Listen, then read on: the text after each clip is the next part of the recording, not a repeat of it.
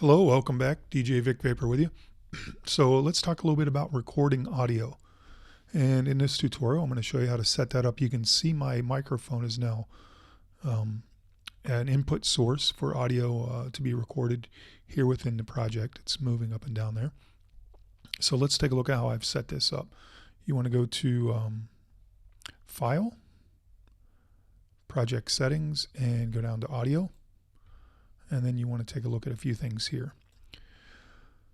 Let's take a look at the sample rate. The sample rate you set this at is very important to choose because you want the sample rate that you're recording audio to be the same as the output source that you intend to use it with. Essentially, you don't want to record a slow sample rate and then have it output to a higher one because it's going to sound a little off or a little awkward, and vice versa. You don't want a high sample rate and then it's being output at a lower sample rate. It's just not going to sound right. So you always want to be conscious of how you've selected that and making sure it's equal or equivalent to the project output that you're going to set for the final project. So, and also on the channel strips tab here, you got automatic management of channel strip objects and automatic naming of channel strip objects. I leave those intact. That's fine with me. So we can close this out and let's look at one other important aspect when we're recording audio. Under our preferences, audio, this guy is going to pick our input and output devices. Currently mine's set up for this tutorial in this specific way where it goes out to Soundflower. Soundflower is translating the audio over to the screen capture record software. So I've got the input device where my microphone is attached, but you can choose other built-in, system, or if you have a different audio card there, you can select channels and things like that. So buffer size is a little unique. I've got mine set pretty high for probably what most people would use.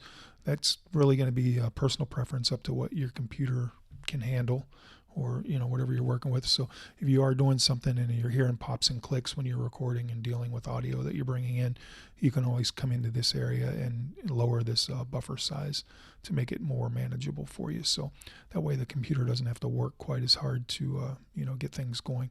And then you can have a kind of a compensation record delay here, latency set up. You can move this up and down and adjust it if you like. And the rest of these things down through here I just kind of leave alone. The summing, 64-bit, things like that, medium, automatic. I generally don't find myself messing with those too much. So let's see what else I want to share with you. So we've got, that's pretty basic stuff. That's your take folders like we talked about with the MIDI. That's going to kind of have the same characteristics as the audio would. So, all right, so we've got the audio coming in and all that good stuff. And you can see the signal here.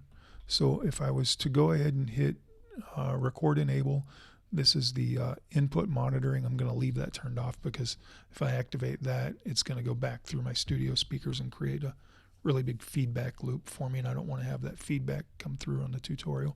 And then we just hit record and we'd go ahead and count in and record. And then, again, I'm not going to go through the process of just recording my voice to show you, but it's that simple. You can record audio, and I'm just saving from dealing with feedback issues. I was trying to work it out before this tutorial, but couldn't get away from no feedback. So hopefully that makes sense to you, how to set up and route your audio to the input here and get it ready to be record enabled and all that good stuff.